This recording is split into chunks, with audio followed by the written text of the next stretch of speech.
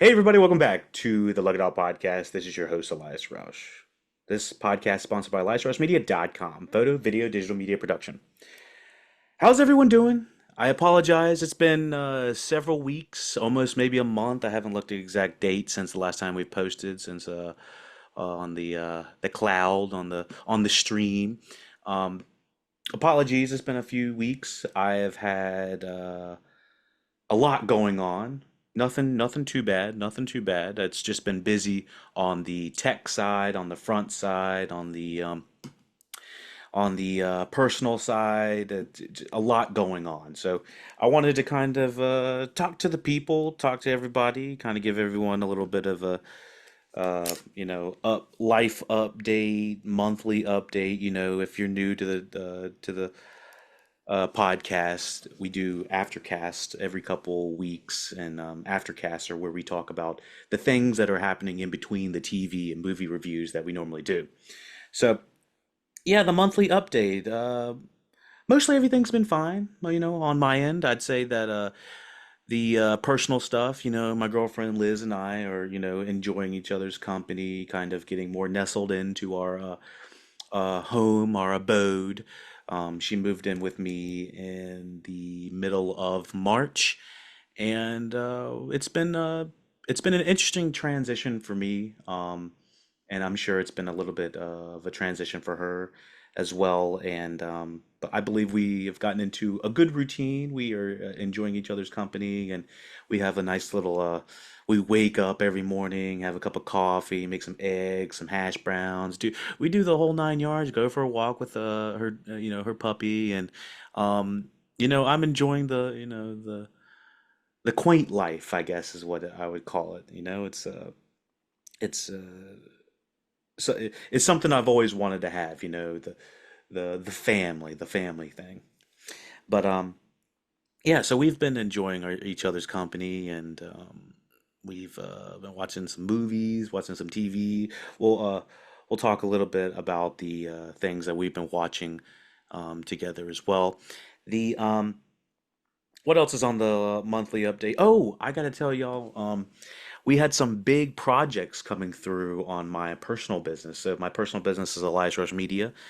We have photo, video, digital media, content creation for local and corporate and commercial clients. And we had a big one last month. We actually, between us, this is a because the podcast is relatively small. I wouldn't really uh, expect it to go anywhere to this knowledge to go anywhere, but it's not really that important of information, but it's just kind of cool.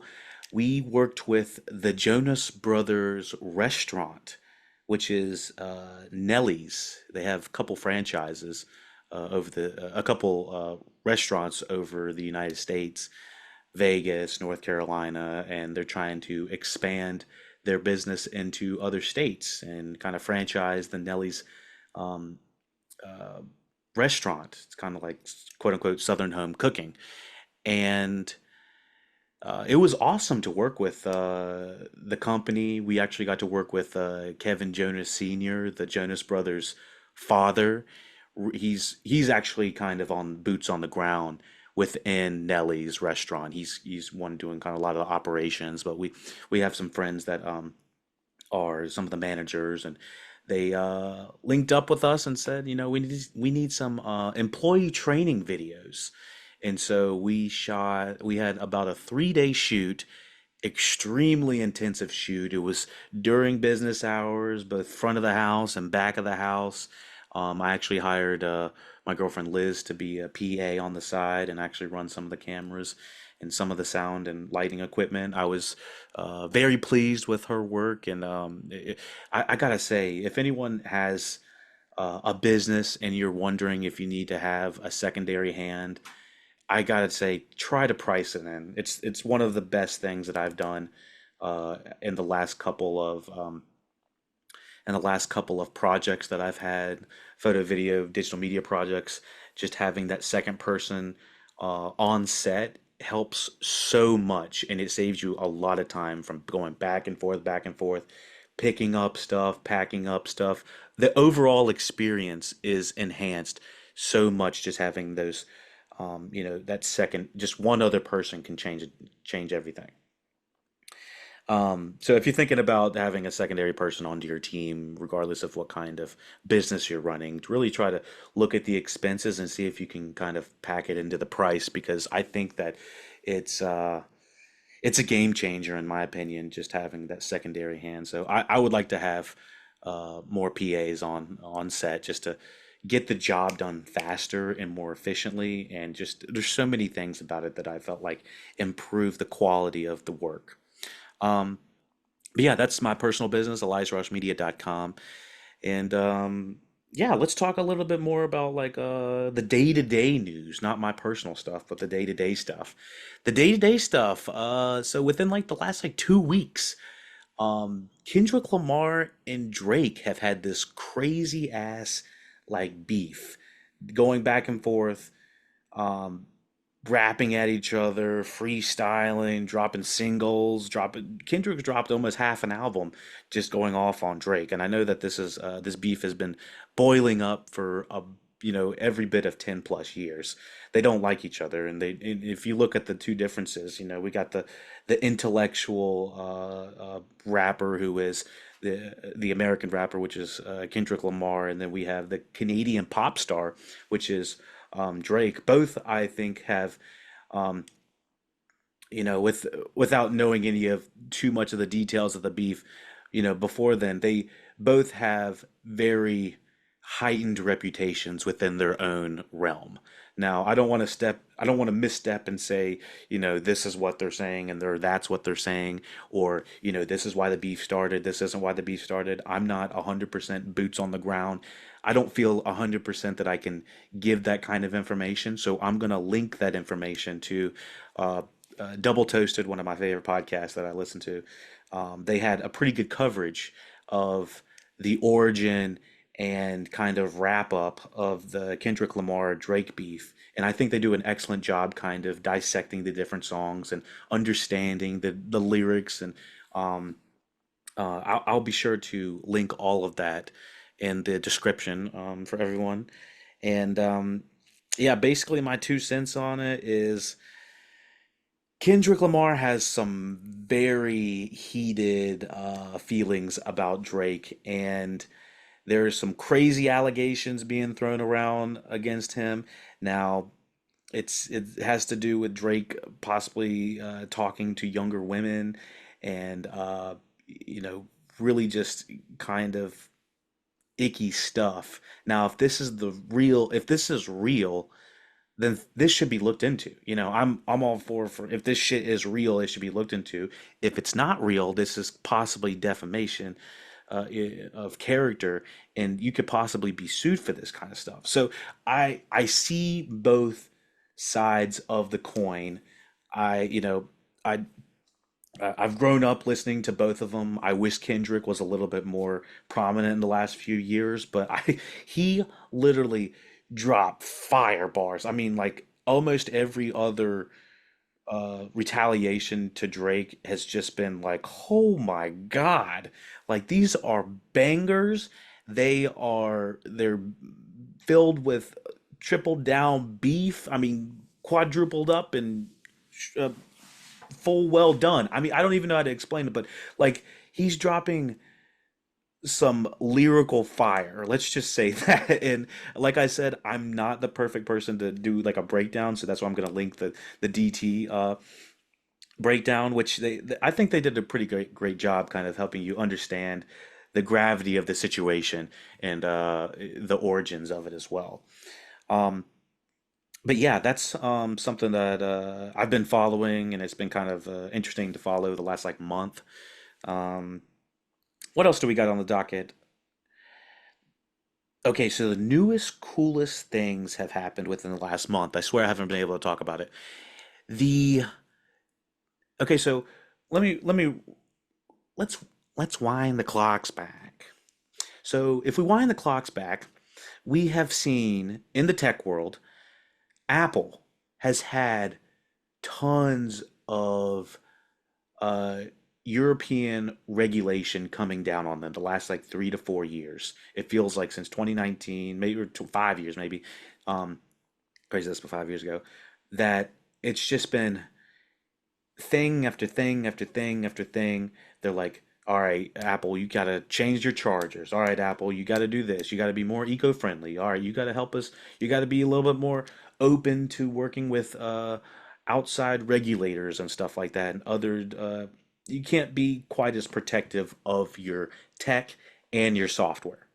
So they've beginning Apple has been beginning to loosen up their rules about what's, allowed, what's not allowed in the App Store and what you can download. And so one of the things that I've recently found, and over 3 million people have found, is the Delta iOS emulator. Now, what the hell is that? The Delta iOS emulator essentially lets you emulate ROMs. So when I say that, this might be a little bit high tech for anyone that doesn't know. ROMs are essentially games. Think of them as like games, Super Mario Bros, Pokemon, uh, Crash Bandicoot, all those classic games, ROMs, ROMS. So the ROMs are games, and the emulators are the quote unquote Game Boy emulators. It's emulating a Game Boy. It's making your iPhone turn into a Game Boy. It's uh, it's turning it into a Game Boy Advance. Able to um, it's able to emulate a game on your iPhone. It's something I've wanted to do for my entire life. I was just looking at my iPhone one day and I was like, I'm getting kind of bored of this. I'm just getting bored of, the standard things that my iPhone can do. And now I can actually play Game Boy Color games on here using the Delta app emulator. Now, I don't understand 100% how all of this is, the emulations or ROMs or uh, the legalities of those. Like, I'm not sure if Nintendo is okay with that, if they aren't okay with that. I've seen things back and forth of like emulators getting sued, people that make the emulator games getting sued. I'm not exactly sure what the legalities are. All I know is we got it, and we got it through the App Store. So I'm assuming it's all good, and if they really wanted to take it down, they could.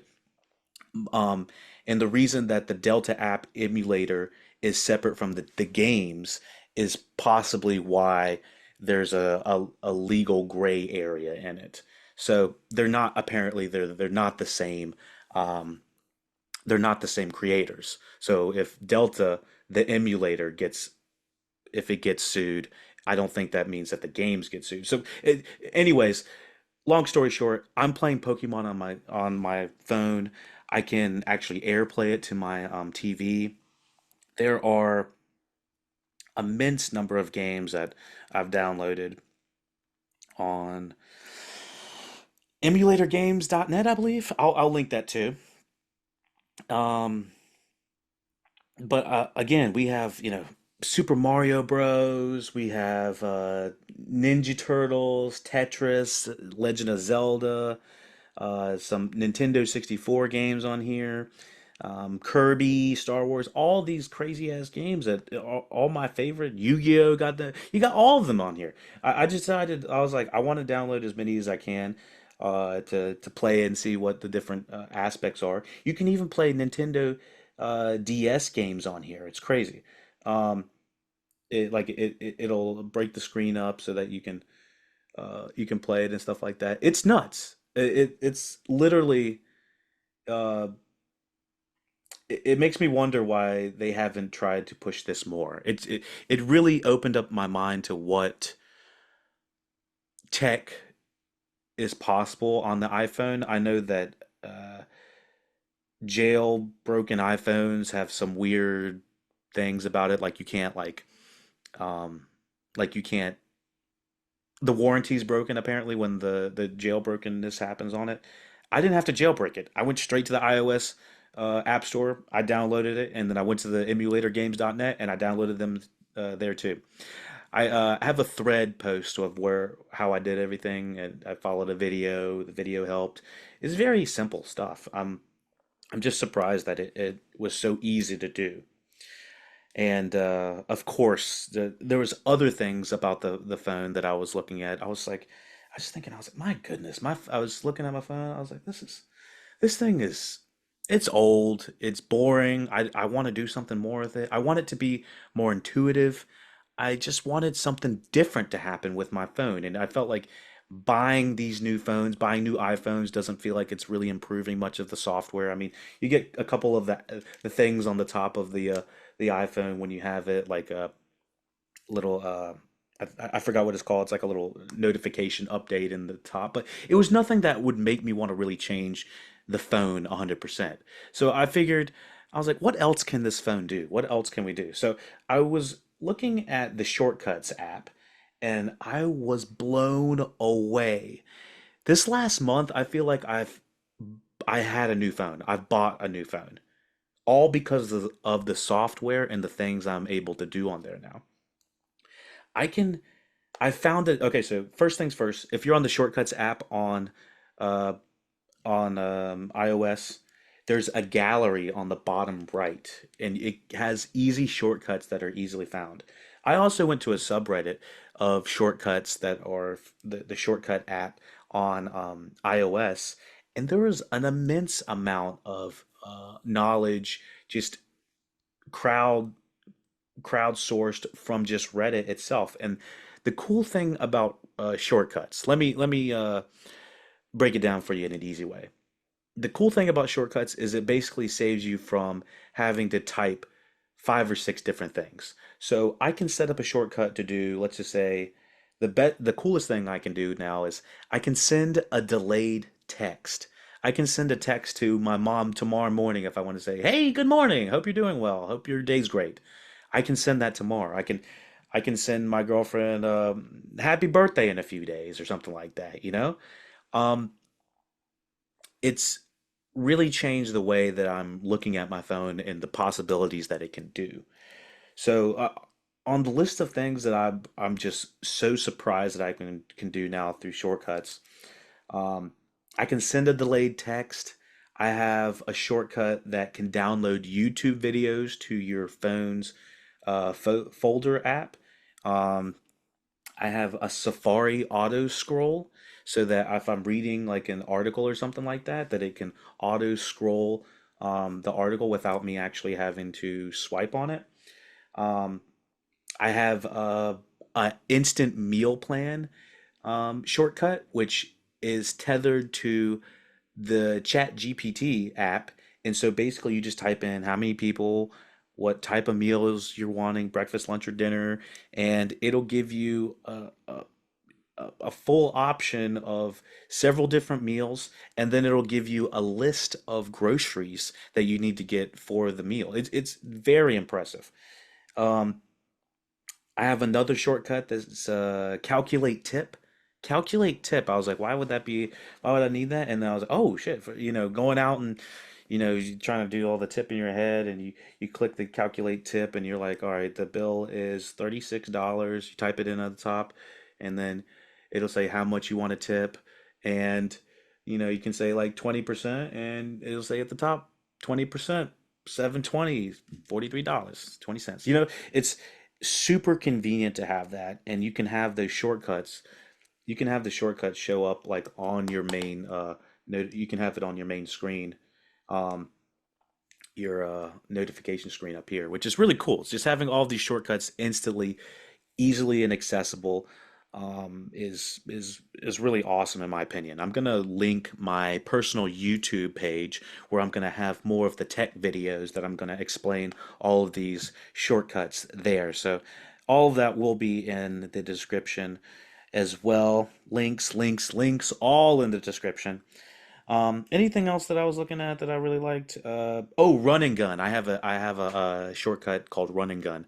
Basically, it is set up to open up the camera app, instantly start recording without you having to press it. As soon as you're done recording, it pulls up a list of who you want to send it to. So you can have it instantly send without you having to like, all right, go back into the photo app and click this, and then it'll instantly pull up from when you're done who you want to send it to. So it's very cool the different things these different shortcuts are allowing you to do. I'm uh I'm still learning daily about the different things you can do. But the other cool thing about it before we finish up is that you can share shortcuts.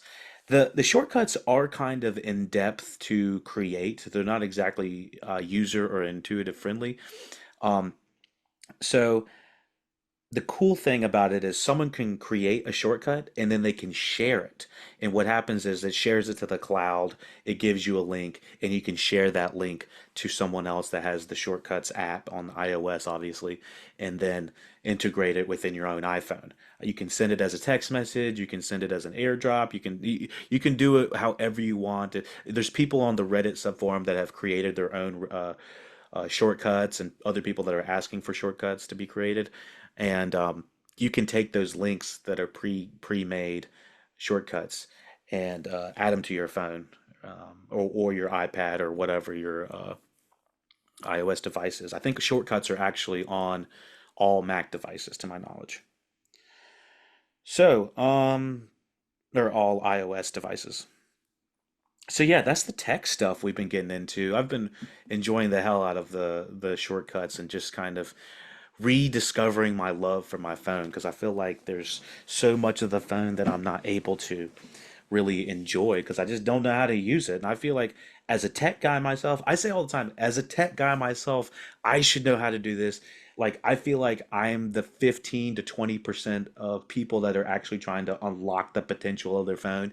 There's probably another 10% that are probably trying to do the whole jailbreaking and more coding of it. I'm not quite that smart to be able to recode stuff, but I want to be at least close enough to understand it to an extent. So the other things that we've been kind of covering. What else we got on there?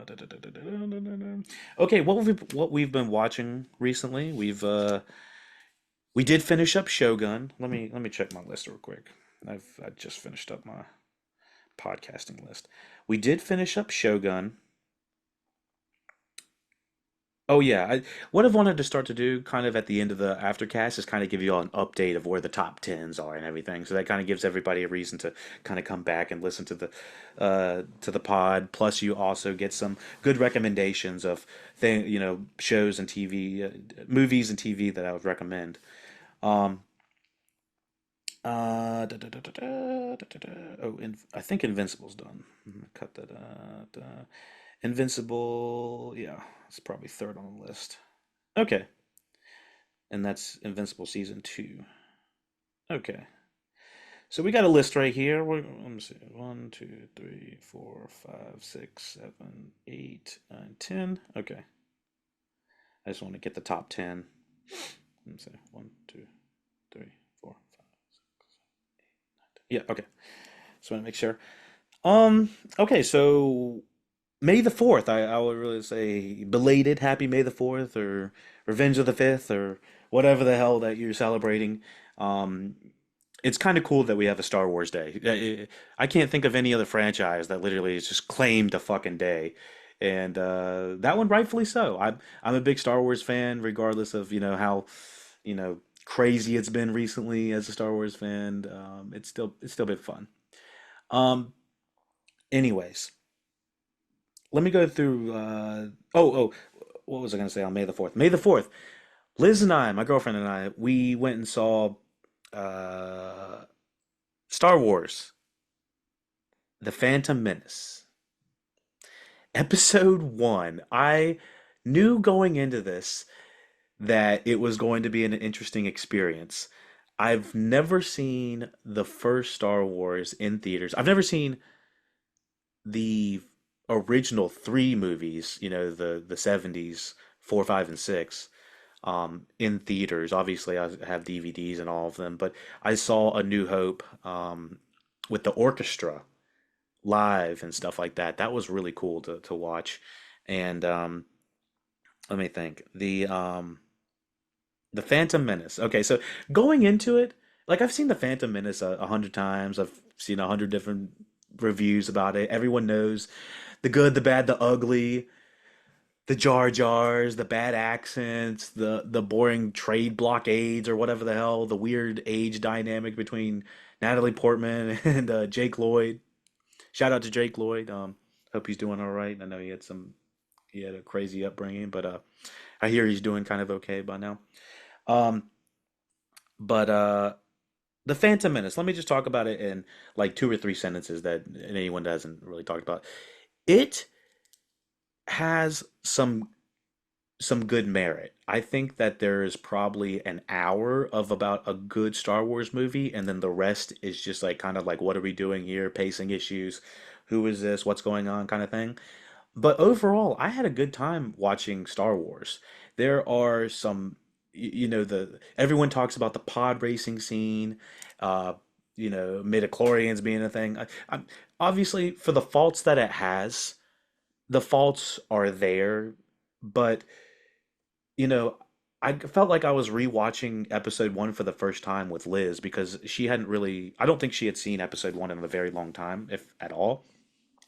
And so seeing her kind of laugh at Jar Jar and his ridiculousness, um, and the yippee skippiness of Jake Lloyd, it was, and she and I were cackling at the trade blockade guys with their terrible uh, quote unquote like Asian stereotypical accents that are just so bad that it's just laughable and cringy at the same time. But I feel terrible that they fucking did it, and I know it'd be terrible making fun of any sort of uh, race or any way they talk, but it was just so ridiculous that we were just giggling our asses off, just like this is so stupid.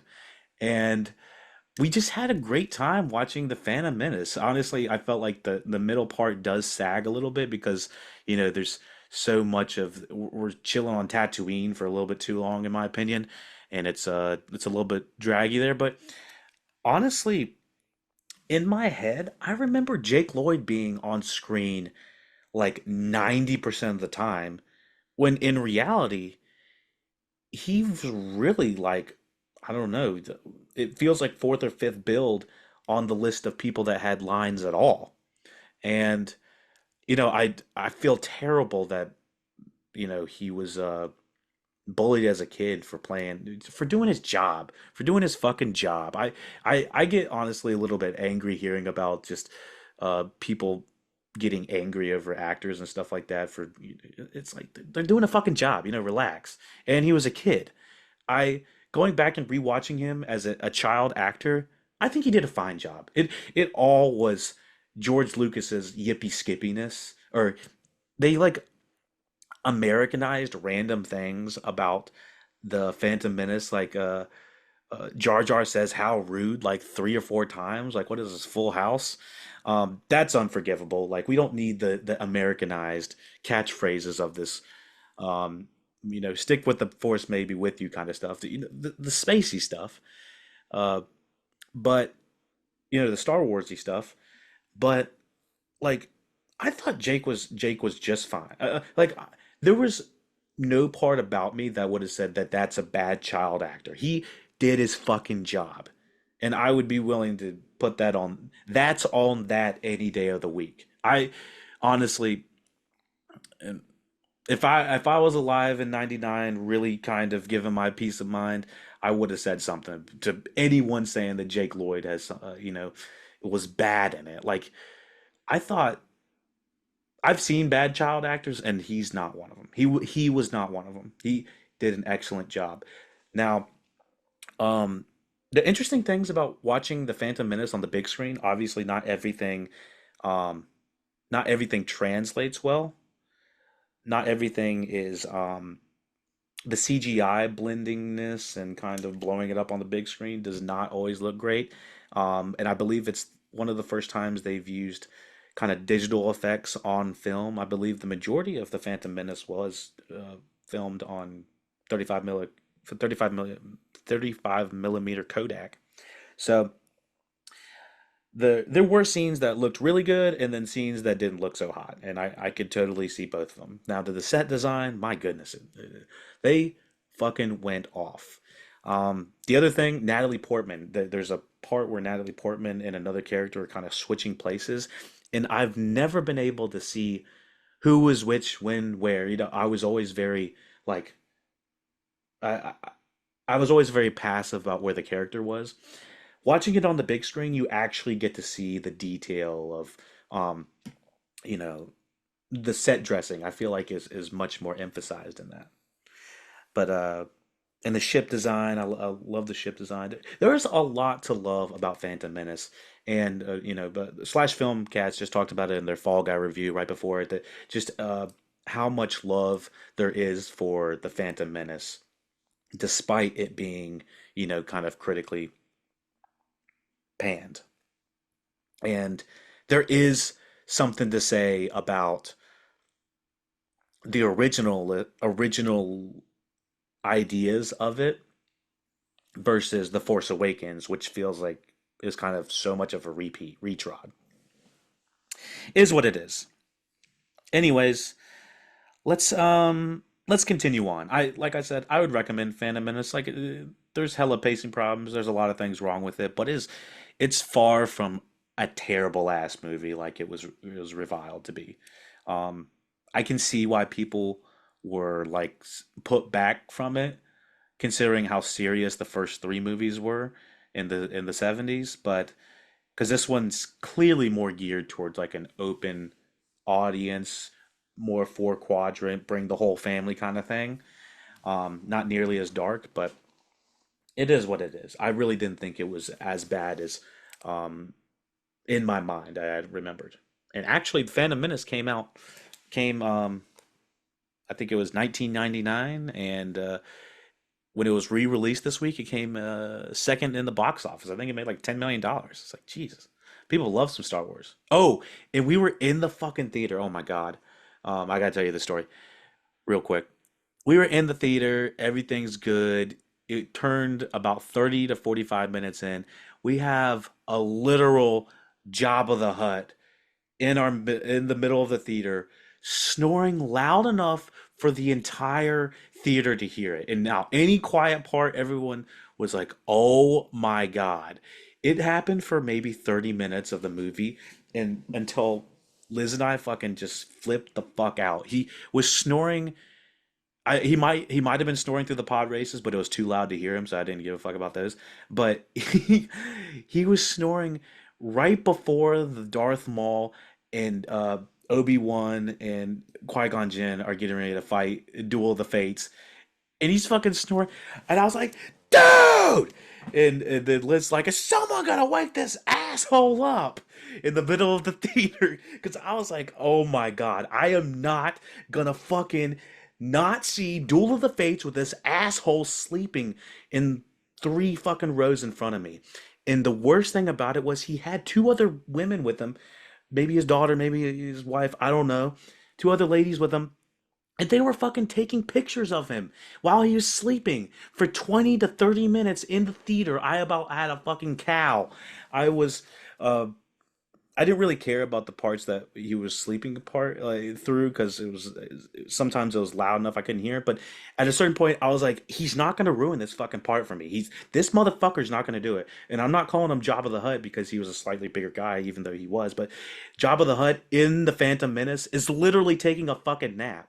He's taking a nap during the pod race. So he's like, wake your ass up. So yeah, I was just like, oh my God, I'm gonna fucking have a cow. I'm gonna fucking Darth Maul this guy's ass if he doesn't shut the fuck up. Or Jabba the Hutt his ass.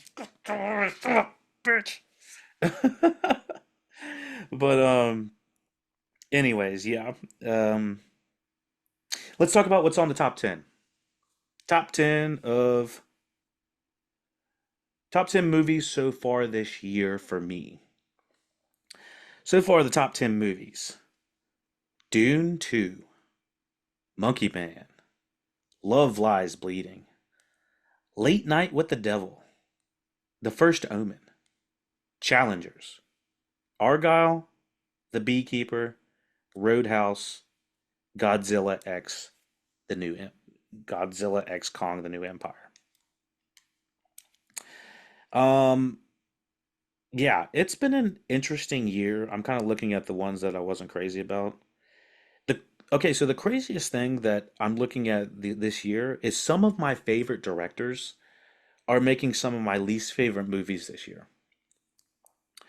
What was it? Alex Garland just came out with the movie Civil War. That's much lower on my list than I was expecting. He's one of my favorite directors, coming out with like movies like Ex Machina and stuff like that. And what was the Natalie Portman one? I can't remember that Natalie Portman one. It's one word. That is not. Hold on. Give me 2 seconds. It's a great film. Hold on. Here we go. Annihilation. Annihilation was the other movie that I really liked. And obviously, he wrote 28 Days Later. Apparently, Garland says he doesn't want to direct right now. He just wants to be a writer. And I think he's a great writer, but and a very good director. But he's been very hit or miss for me. Like, he made the show Devs on Hulu. Amazing show. We covered that. We've got it all bagged and tagged. Um, He also made Men, which was 2022, and people hated that movie. There is a single scene in that movie that is stuck in my head. It is maybe two scenes that are stuck in my head just from that fucking movie. Just the visualization of that movie was absolutely traumatizing. But I actually liked Men more than I liked Civil War. I think Civil War just is a little bit too heavy-handed, and it was not my cup of tea. Anyways, I'm always interested to see what Alex Garland's going to bring up. But it's interesting that he's on the lower side of my list.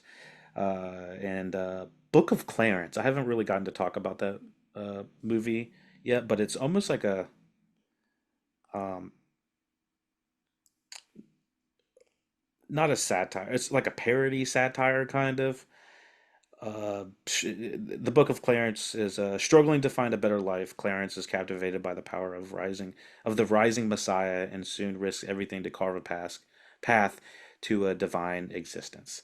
And it's heavily religious based. It's got like a splash of superheroism in it and just kind of over the topness. And I found it very heavy handed. And we are sitting there for entirely too long. It's 2 hours and 10 minutes, and there are some hard scenes in there that I just did not enjoy. Again, that's directed by James Samuel, and he made one of my favorite movies just not 2 3 years ago. The Harder They Fall. I thought that was the fucking one of the best movies I had seen in 5 years. And when he came back with the Book of Clarence, I'm just like, oh my God, what is happening? You know? So, kind of seeing the difference. And the Book of Clarence has a stellar cast. I love the cast. A third of the cast is from The Harder They Fall. So I thought I was gonna love it. I didn't. Um, Another one of my directors that have kind of let me down this year. What other things there was? Oh, I wanted to talk about The Beekeeper real quick. I wanted to actually do a full-on recording, or, a review of The Beekeeper, but just quickly, someone tried to beekeeper me the other day, and I don't mean like I didn't have Jason Statham show up at my house. At the beginning of The Beekeeper, I won't go to too many spoilers, but it's just it's the precipice of the movie. So if you don't want to hear it, just skip 2 minutes ahead. Uh, the Beekeeper basically is Jason Statham, retired guy. He's retired ex hitman kind of guy, secret agent.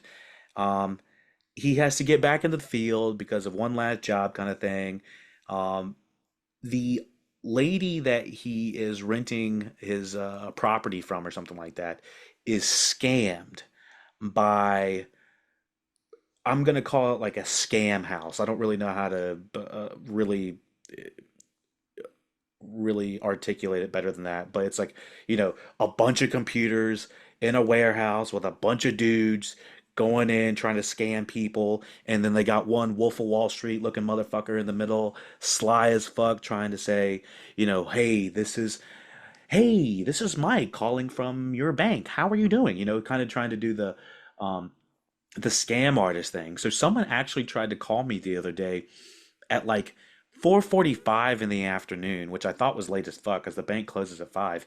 He was calling as a quote unquote courtesy call, asking me how I've enjoyed my bank account at my local bank.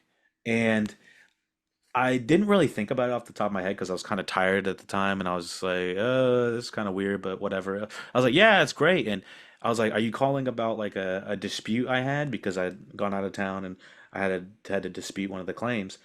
And he said, he's like, nah, this is not about the dispute. This is a courtesy call kind of thing. And I was like, okay.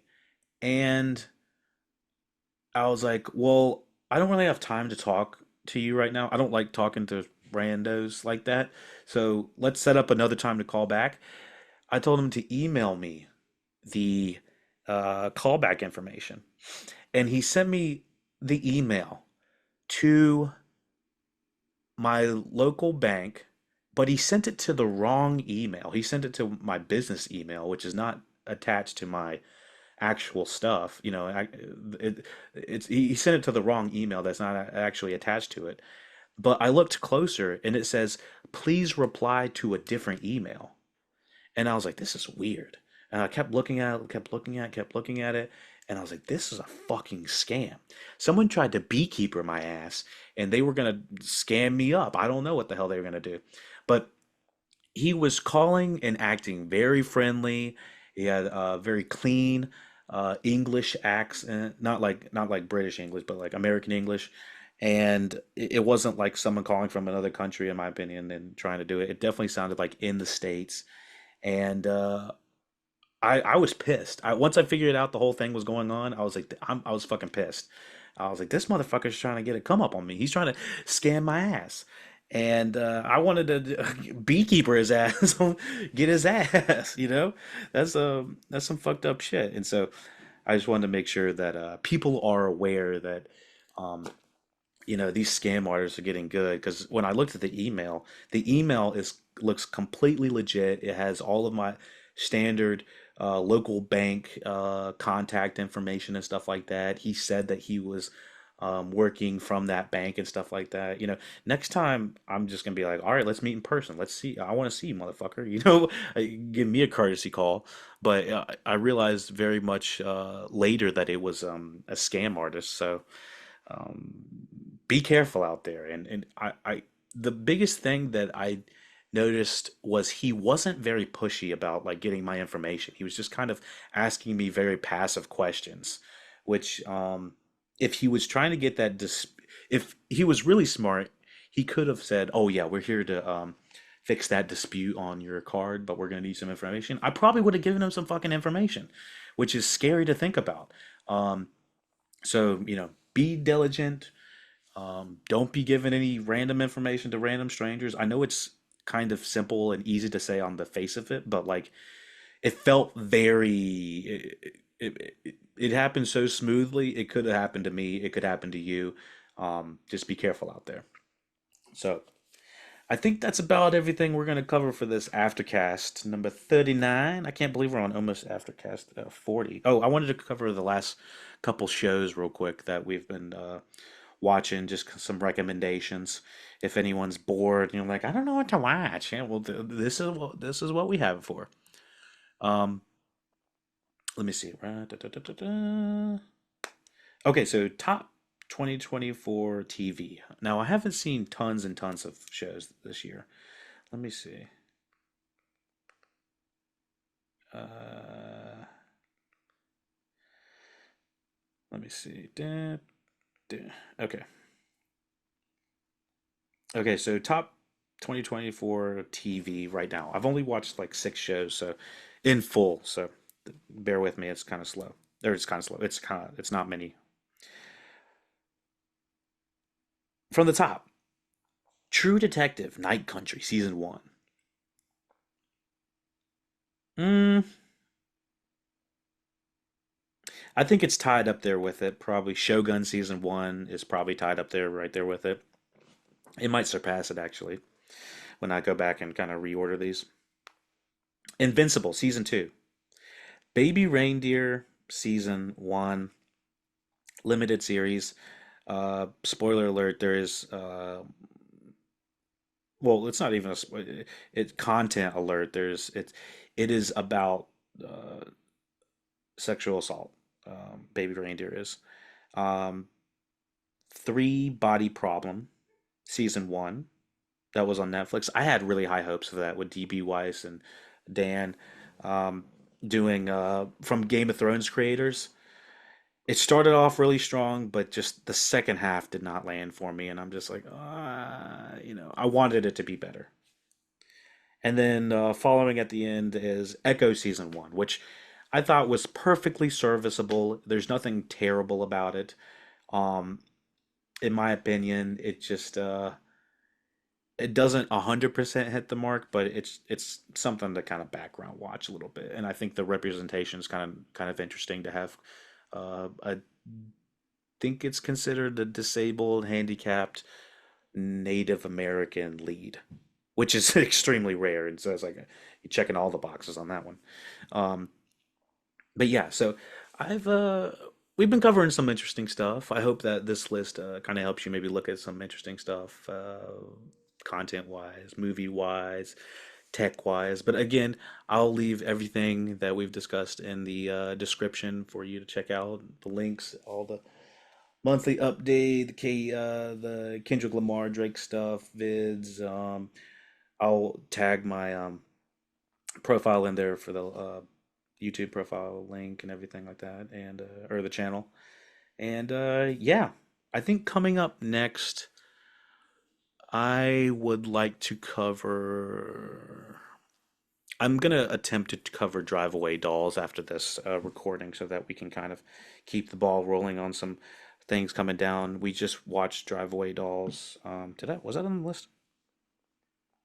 Drive Away Dolls was not on the list. Look at that. I actually think Drive Away Dolls was. Let me see. Yeah, yeah. I think that actually knocks off Godzilla Kong. Yeah, yeah. So I think Drive Away Dolls might be so far my favorite comedy of the year. Yeah, Argyle's kind of a comedy, but it was so stupid, so stupid. Um, but yeah, let me see. Honestly, I haven't seen too many comedies this year. Drive Away Dolls. Yeah, but yeah. So check some of those out. I would recommend Late Night with the Devil. That was kind of fun with a like a crowd or something like that. Get some drinks and have a fun time. It's a it's a ride. It's kind of a trip. I am looking at some. I'm looking at some of. Let me see. Da, da, da, da, da, da, da, da, da, da, da, da. One, two, da, da, da.